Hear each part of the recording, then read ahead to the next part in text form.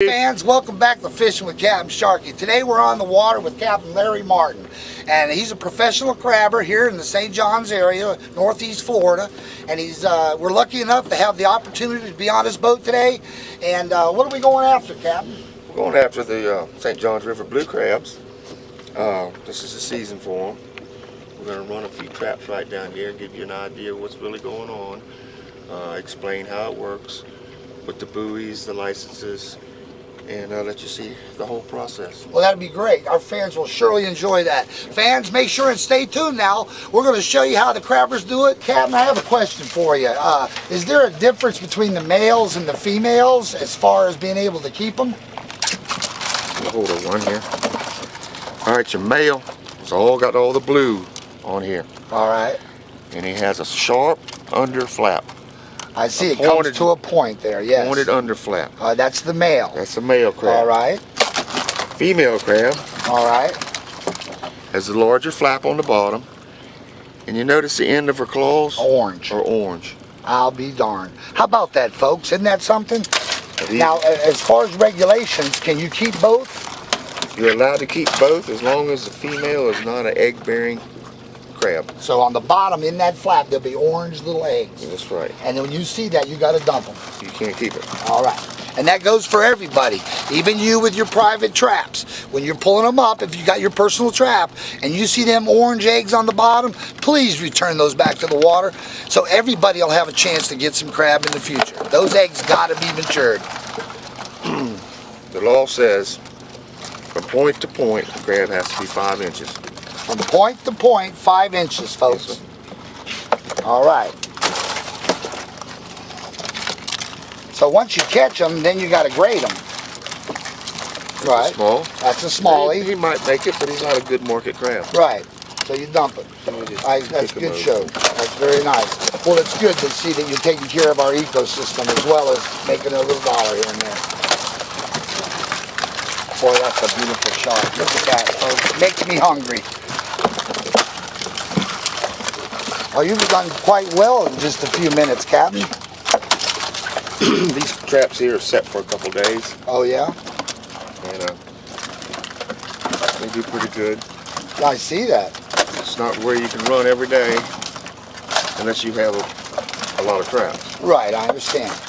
And like you said, a commercial fisherman's allowed 600 traps. Right. But most of them don't fish near that. Near that, yeah. That's a lot of work. Commercial fishermen can have 600 crab traps. A recreational fisherman can have 5 crab traps. So now the recreational fisherman, that's the average Joe. Yeah. He can have 5 traps, but he's still got to have a regular fishing license. That's correct. All right. Now he cannot sell that. He can only consume that or have them for his personal use. Is that right, Captain? Right. I think it's up to a 5-gallon bucket. Up to a 5-gallon bucket? Somewhere in that neighborhood. Don't hold me to it. Right. Well, fans, check into it. Yeah, the best thing to do is to check your regulation booklets to make sure. But you can have 5 traps as a civilian, as long as you got your fishing license. You guys can go out there and have 5 of your own traps, so you can start eating crab today, guys. You just got to make sure you can't sell them. You can only consume them or fish with them. That's the law. Do you see much disease or growths or tumors on these crabs, any of them? Not at all. Not at all. So these crabs are quite healthy. Very. Very healthy. Well, that's great to hear.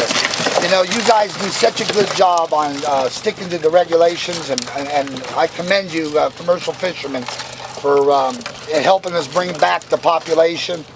And you know, folks, don't touch these crab buoys when you're out in the water. Try to avoid them. It's a $5,000 fine and 5 years in prison, and these men make their living doing this. So you avoid those buoys. Do not touch them. Don't bring them out of the water. Marine Patrol, they can see a long ways with those telephoto lenses, and you don't want any problems. Besides, this is their income. Let's leave their buoys alone when you're out in the water. Like I said, you can have 5 of your own.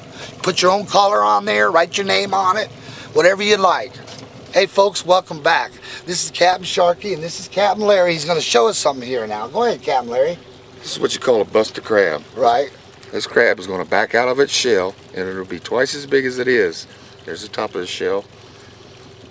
And then it's the only time this crab will be able to be bred is when this crab backs out of there. Male crab will clutch her up, protect her while she's soft. I mean, he'll literally get on top of her and hold her and protect her. Protect her. Okay. And breed her. Look how she's breathing there, soft. Yeah, that's a soft-shelled crab.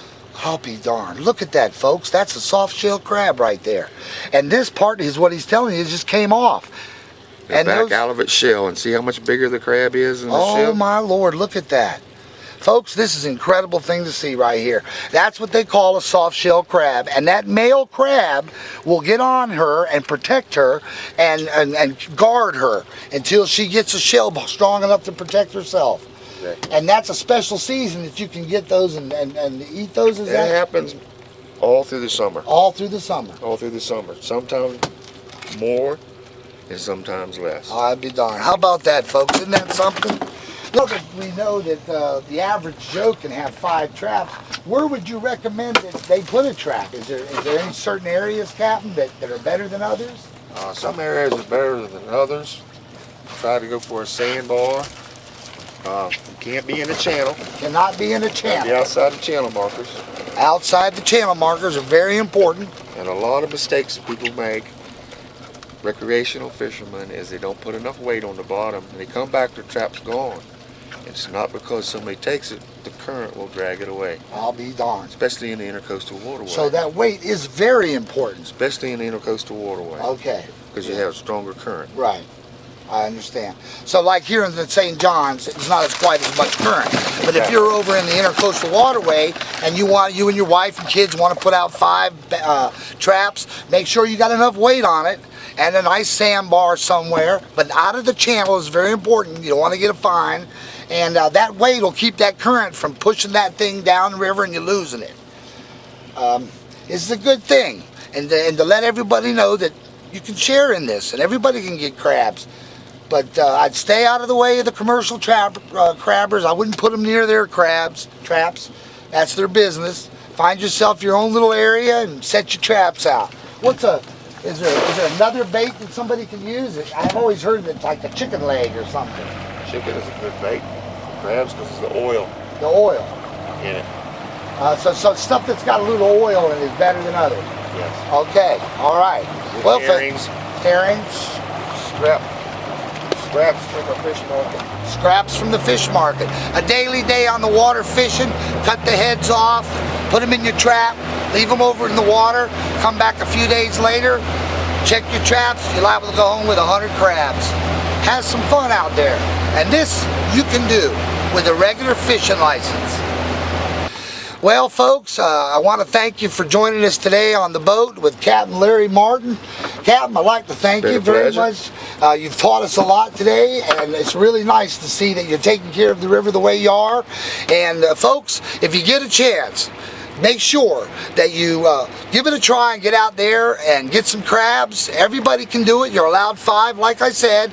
Just got to have a saltwater license for fishing. But be careful. They are sharp. And do not, if you wouldn't mind, mess with these buoys that are on the water. That's these gentlemen's income. It's just like stealing if you pull them buoys up.